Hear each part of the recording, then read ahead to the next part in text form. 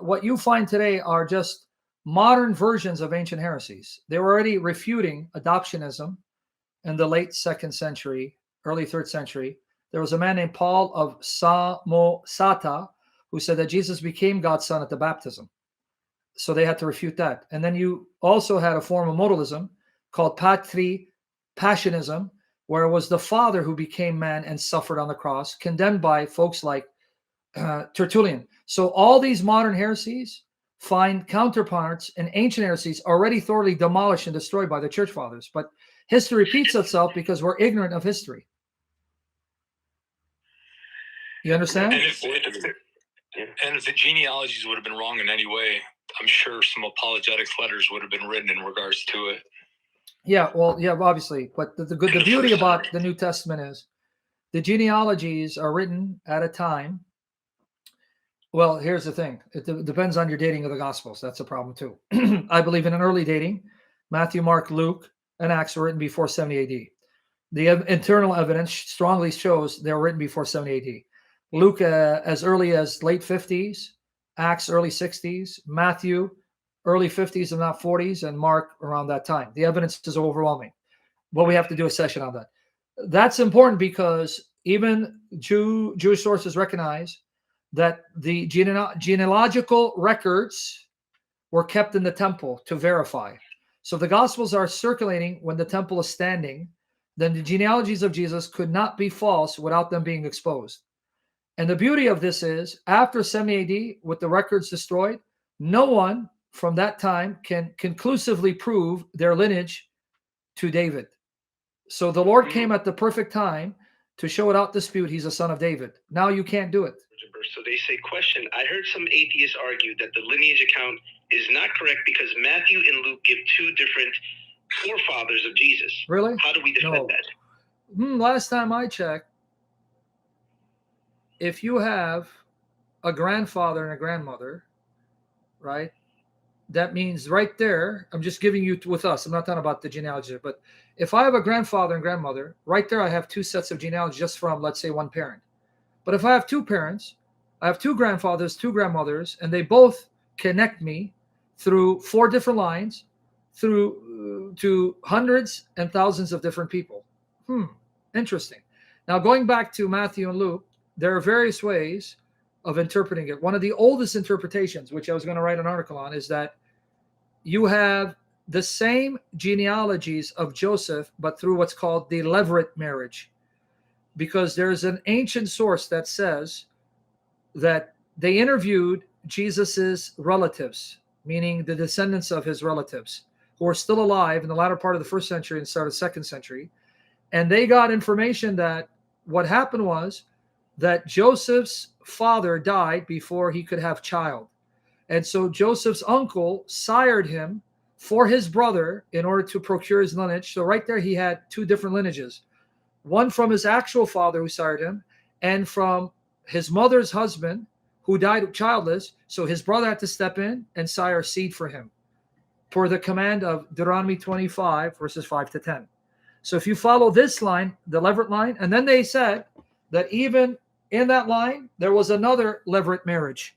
So there were several levirate marriages, what's called levirate marriage. That's the command, if you guys don't know what I'm referring to, in Deuteronomy 25, verses 5 to 10, where it says, if I die childless, my brother has to step in and sire a child for me.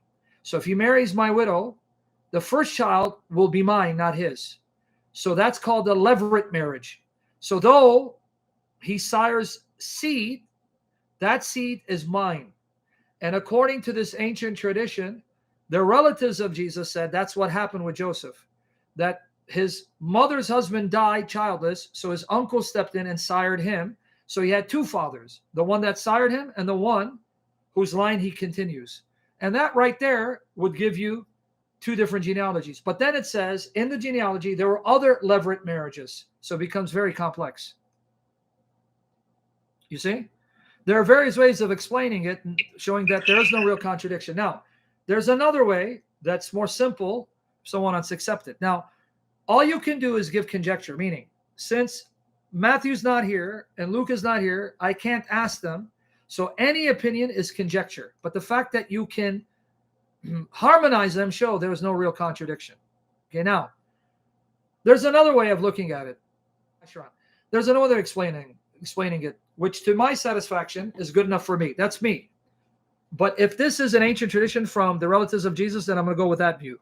But I'm looking into it. I'm going to write a post on it, God willing, and I'll do a session on it. But for now, if you read Matthew and Luke carefully, you see from Matthew 1 all the way to 2, Matthew's giving you Joseph's perspective. It's clear, right? It's the Annunciation given to to Joseph. The angel comes to Joseph. Joseph is the one troubled. Joseph is the one told, take Mary. Joseph is the one who's told, take the child to protect his life. Joseph, Joseph, Joseph. But from Luke 1 all the way to 2, it's Mary. Mary, Mary, Mary. Angel comes to Mary. What Mary experienced, what she saw, right? Everyone got it? Yeah. So if we see that one gospel emphasizes Joseph, then it's not surprising we're getting Joseph genealogy. But if the other gospel is focusing on Mary and her perspective, what she experienced, then what we would then assume is that though Joseph is mentioned in Luke 3:23, it's because he's standing in the place for Mary's father, because tradition says Mary's parents had no children and they conceived Mary in their old age miraculously. So it makes sense that Mary's husband would stand in the place of her father representing him. Common sense tells you that just by having two parents, you're going to have two different sets of genealogies. Well, why is Joseph mentioned in Luke 3? Well, because it's the custom of mentioning the male descendants, not the female. So if the Jewish tradition or the Christian tradition is sound, and it is, Mary did not have brothers, because the oldest tradition, as far back as you can trace it, is that Mary was conceived to her parents in their old age, Hannah and Joachim, and it was a miraculous act of God, so she had no brothers. So it makes sense that if it's Mary's genealogy, Joseph would be put in place of Mary, representing her father, just like what happened with Sheshan and his Egyptian slave, Jadha. Jadha gave to his father-in-law a son from his daughter, right? Everyone with me there? Right. Yes. Yeah. So then you can see something similar happening here, that Mary has no brother, so Joseph will stand in the place of the father, continuing his line, because he has no male sons. Mary had no male brothers. Right? So there are no real contradictions. And believe me, those who don't want to believe, no amount of evidence will convince them. Just like I believe the Bible, so I seek to harmonize, and if I find harmonizations that are plausible, I'm okay, because I believe the Bible's innocent until proven guilty. They think the Bible's guilty until proven innocent. So no matter the evidence, no matter the harmonization, they won't accept it because they're not looking for an answer. That's why I don't waste time.